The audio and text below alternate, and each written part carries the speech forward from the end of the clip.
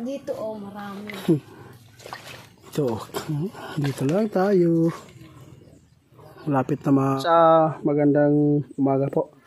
Dito po tayo sa tanim nating lansones dito, no? Ito po, yung anak ko lang mag-aakyat. Simulan na ba? Oo, sige na, kumain ka na dyan. Magpakabusog ka. Oh, yun. Ayun na. Yun, oh. Yun. Daghan Wow. Sige. Mukbang ka lang dyan. Para kang...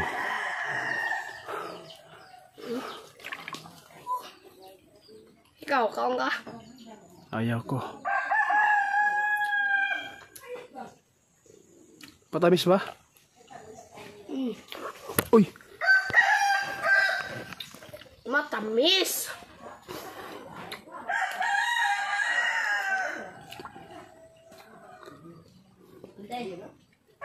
Ang daming ano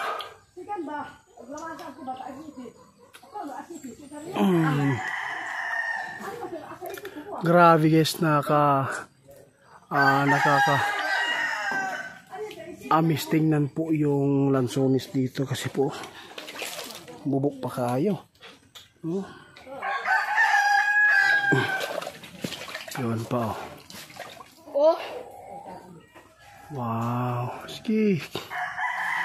Kumain ka lang dyan. Sa atin naman guys, mas maganda talaga no kung mayroon man kayong mga maliliit na mga space pa dyan sa tabi-tabi sa inyong bahay, no? Pwede kayong magtanim ng ganitong uri ng puno kasi po at least naman kahit po isang puno lang maitatanim mo kapag ganito yung bunga, napakarami. Hindi mo basta-basta maubos yan sa isang araw lang kayo kumakain. Magkakayuti ay pa kayo pag ubusin. Magkakayuti ay daw kayo guys, sabi ng anak ko dito.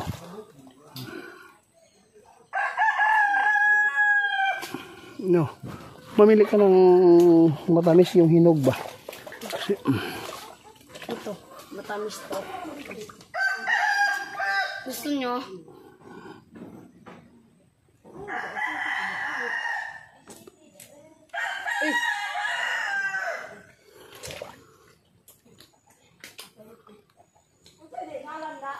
grabe guys. Ano pa lang to? 4 years yung lansones na to. Pang 4 na tong bunga. Taga 1 years bunga agad. Giganahan na gising ka ano. Ikaw. Ito yung aswang na nahuli natin dito sa puno ng lansones. Oh, dami. Ay, grabe. Kung meron kayong mga space na, pwede kayong magtanim ng lansones. Ito yung matamis. 4 years po, wala, mamumunga na.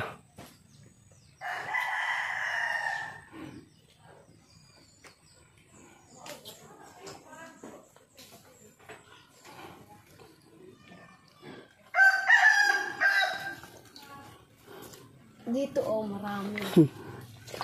Ito, dito lang tayo. Malapit na hinog.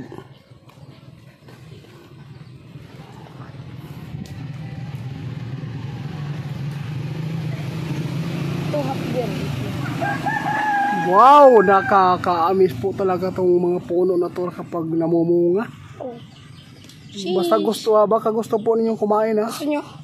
Punta lang kayo dito sa atin.